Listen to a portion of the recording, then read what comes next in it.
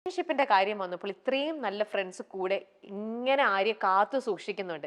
10 വർഷം 12 വർഷമായ ഫ്രണ്ട്ഷിപ്പ് ഇപ്പോഴും നല്ല രീതിയിൽ പോകുന്നു.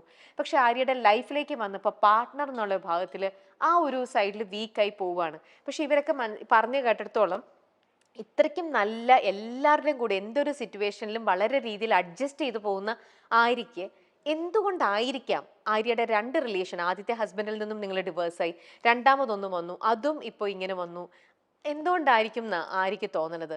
ആദ്യത്തെ റിലേഷൻഷിപ്പ് എൻ്റെ പ്രശ്നമായിരുന്നു. I was wrong from my side. അത് ഞാൻ ഇതിനു മുമ്പുള്ള ഒരു പ്ലാറ്റ്ഫോമിലും പറഞ്ഞിട്ടുള്ള കാര്യമാണ്. ഞാൻ അത് ഡീറ്റെയിൽ ആയിട്ട് പറയുന്നില്ല, പക്ഷെ ഇറ്റ് വാസ് തറലി മൈ മിസ്റ്റേക്ക്. അത് ഞാൻ അക്സെപ്റ്റ് ചെയ്യുന്നു. ആ റിലേഷൻഷിപ്പ് അങ്ങനെയാണ്, അത് വേണ്ടാന്ന് തോന്നിയത്. അത് പിന്നെ എൻ്റെ ഒരു അത് കഴിഞ്ഞ് കുറെ നാൾക്ക് ശേഷമാണ് ആര്യയ്ക്ക് എന്റെ മിസ്റ്റേക്ക് ആണ് എന്നുള്ളൊരു റിയലൈസേഷൻ അല്ല, അത് ആ സമയത്ത് എനിക്ക് ആ റിയലൈസേഷൻ ഉണ്ടായി. അങ്ങനെയാണെങ്കിൽ ഫൊഗീവ് ചെയ്യില്ലായിരുന്നോ? ചെയ്യാമായിരിക്കാം, പക്ഷേ നമുക്ക് എപ്പോഴും ഉള്ളിൽ ഇങ്ങനെ ഒരു പേടി കിടക്കും. വീണ്ടും വീണ്ടും നമ്മുടെ ലൈഫ് ഇനി മുന്നോട്ട് ഒന്നിച്ചു പോകുമ്പോ ഇത് വരുമോ വീണ്ടും അതിനുള്ളിൽ.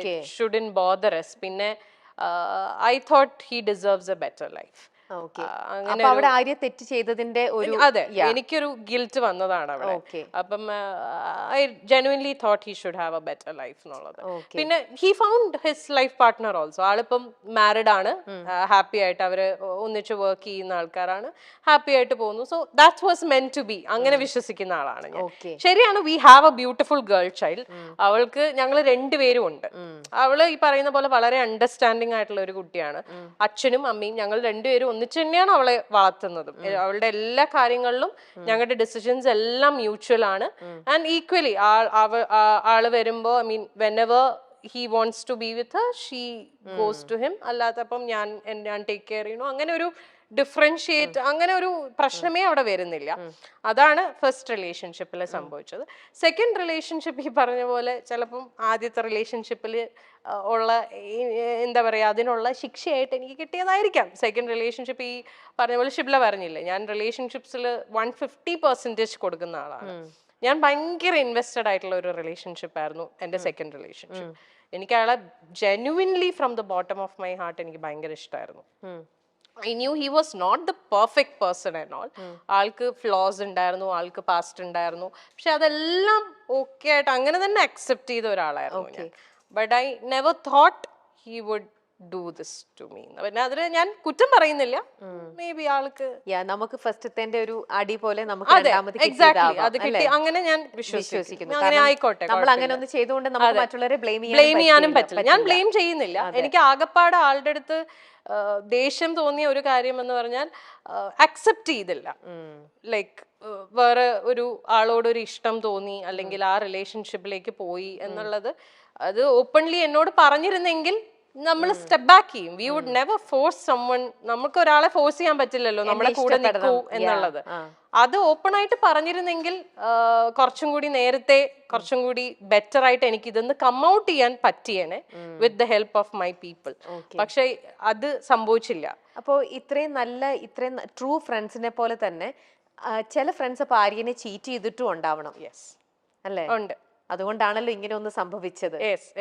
അല്ലേ? അതെ, അതും ശരിക്കും ഭയങ്കര പെയിൻഫുൾ ആയിട്ടുള്ള, ഇറ്റ് ഈസ് വെരി പെയിൻഫുൾ. ആരും ഒരിക്കലും എക്സ്പെക്ട് ചെയ്തിട്ടുണ്ടാവില്ല ഈ ഒരു സാധനം ആ ഒരു പർട്ടിക്കുലർ പേഴ്സണിൽ നിന്ന് വരും. എക്സാക്ട്ലി, അതാണ് എനിക്ക് ട്രോമയായി പോയത്. അതിപ്പോ മേ ബി ഞാൻ അറിയാത്ത ഒരാളായിരുന്നെങ്കിൽ എനിക്ക് ചിലപ്പം ഇത്രയും ബുദ്ധിമുട്ടുണ്ടാവില്ല. ഇത് എനിക്ക് ആ പെയിൻ ശരിക്കും കിട്ടുന്നു, കാരണം എനിക്ക് റിലേറ്റ് ചെയ്യാൻ പറ്റുന്നുണ്ട്. എന്റെ കണ്ണിപ്പം നിറയാണ് ആക്ച്വലി.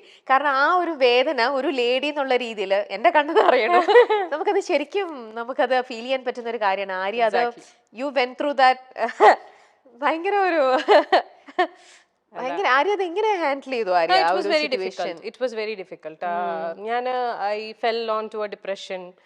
ഭയങ്കര ബുദ്ധിമുട്ടായിരുന്നു. I lost myself.